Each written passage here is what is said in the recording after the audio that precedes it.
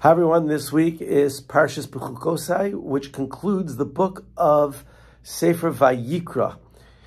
This week's Parsha, big portion of it, talks about the Tochacha, where God remonstrates us for not following and straying from His Torah. And again, it's not about God, but it's about what's really good for us. And Hashem, when we're doing something which is not healthy or productive for us, Hashem reminds us what we might encounter, which is things that are very unpleasant, to say the least. Turn to chapter 26, verse 37, and it tells us that we're going to be almost like stumbling in the dark, and we're going to have this sense of fear. Even when no one is pursuing us, V'chashlu ish be'achiv, we're going to stumble over our neighbor, Mipnei cherev, from a sword, V'rodei ve'ein lo tieh lachem, but there's no one there to kum lifnei avechem, and we won't be able to stand our ground. Basically, we're just going to be in a sad state of affairs.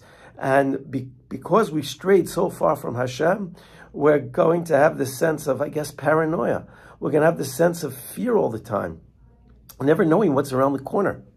Rashi brings a Gemara in Sanhedrin, which quotes a medrash that tells us, what does it mean that we're going to stumble upon each other? And the medrash says is that it's to remind us that we Jewish people are responsible for one another. Kol Yisrael Arevim Zeh B'Zeh. That I'm there, then I have to take care of my brother and sister. And it's a very strange choice source to talk about caring about my brother and sister. You would think it'd be something more positive. And the Medrash goes on to say, and the Gemara goes on to say, that to teach us that we are responsible for the other person's behavior when we can help correct it. When they're straying and they're stumbling and we're not helping them, then we're responsible for those sins as well. Now that's a really hard, for me, it's extremely difficult to find out when is it that I can say to someone, what you're doing, let me give you the correct way to do it. And how to, it's one thing when someone's tefillin is not straight. There's a gentleman in my shul who just, he's an older gentleman and he always appreciates it. So when I come over to him, it's not a big deal. But if someone might be talking in shul, you got to be careful you go out to, tell them, please be quiet during, just got to be careful. You may step on a landmine there.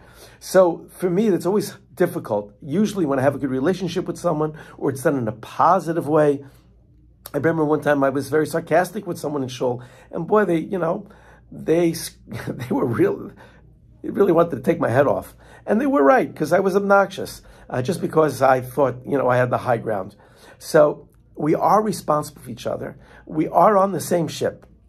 And I want to just end off a little bit in a way that, I've been wearing this tag, which people stop me all the time, and I wear it every day, even on Shabbos. Because what's that number?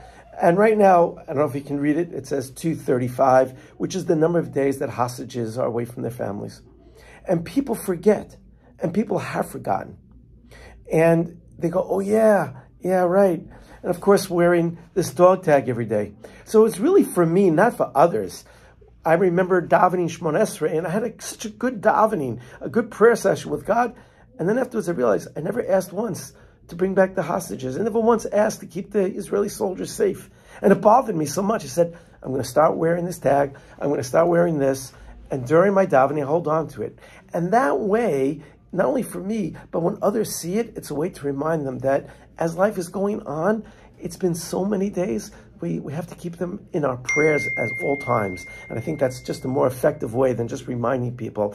But by being a role model and displaying the proper behavior, realizing that we are responsible for people to make the right brachot. I'm around my students all the time and I give out, different treats, and I always remind them, no problem, just don't forget to make a bracha. We have a way of doing it in the sweetest way possible. And again, I'll take any strategy to do it well. Anyway, chazak, v'nis chazek. I wish everybody a beautiful, beautiful Shabbos mevarchim this week. And if you like what you hear, please pass it on. Shabbat shalom.